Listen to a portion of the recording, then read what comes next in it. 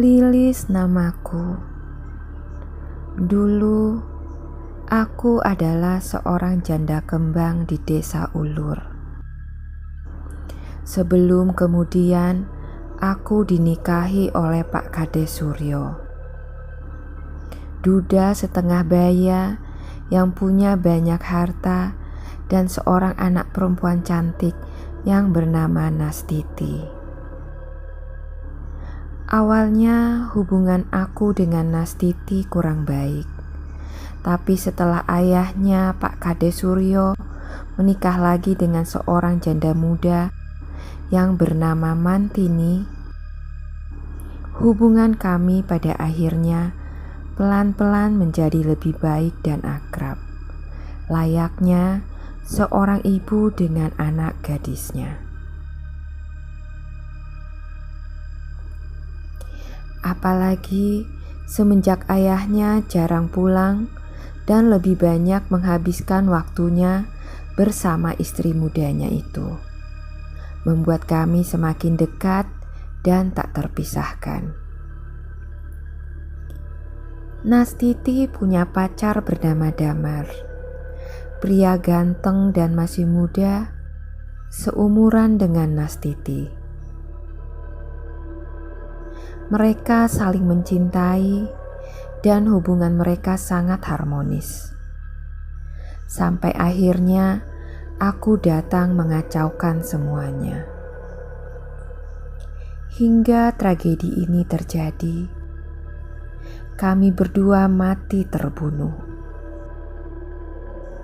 Semua orang berpikir kalau kami mati karena telah dibunuh oleh istri muda Pak Kades, yaitu Mantini. Wajah wanita itu memang sangat beringas dan tamak,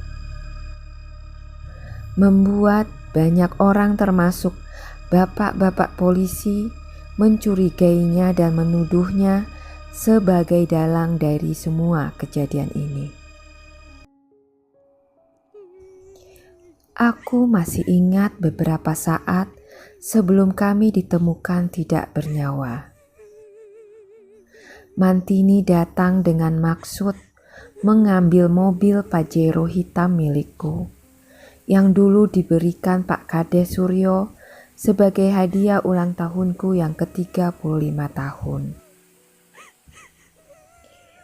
Wanita itu bilang dia datang atas suruhan Pak Kades sendiri.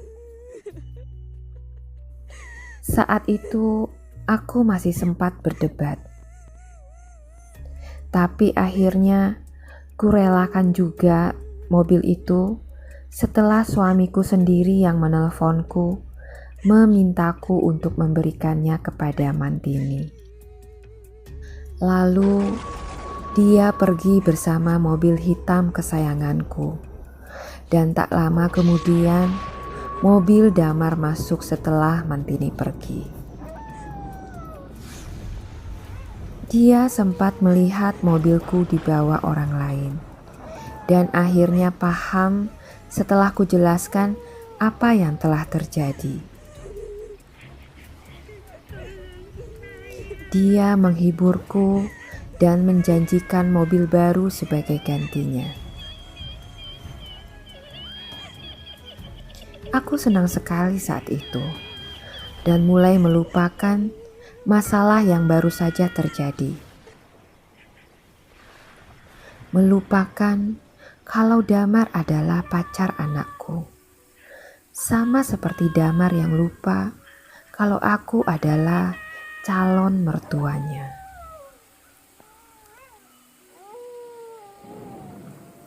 Kami terlena hingga tak menyadari kalau Nastiti sudah sedari tadi mengawasi perbuatan kami.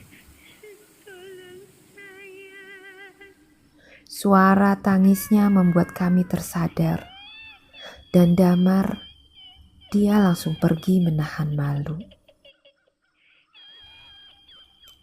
Lalu kami pun mulai bertengkar, dan anak tiriku mengambil pisau yang ada di meja dan mengacungkannya kepadaku.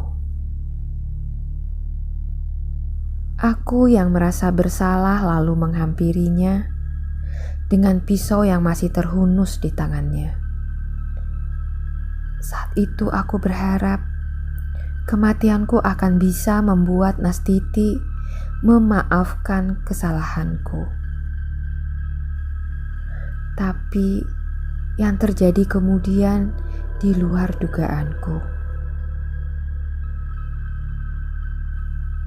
Ketika aku sudah sangat dekat dengan Nastiti, dia membalikkan arah mata pisaunya ke arah dirinya sendiri. Dan aku baru menyadarinya setelah badanku menekan pisau itu ke dadanya. Dia meregang nyawa dan kemudian terjatuh ke lantai dengan darah yang mulai menggenang. Aku panik. Aku gemetar. Aku menangisi kematiannya yang diakibatkan oleh kekhilaafanku. Rasa bersalah itu kemudian menuntun tanganku meraih pisau yang masih tertancap di dadanya dan menancapkannya kembali di dadaku. Dia melihatku melakukannya. Aku tersenyum dan meraih tangannya. Dari senyumnya, aku tahu kalau dia sudah memaafkan aku.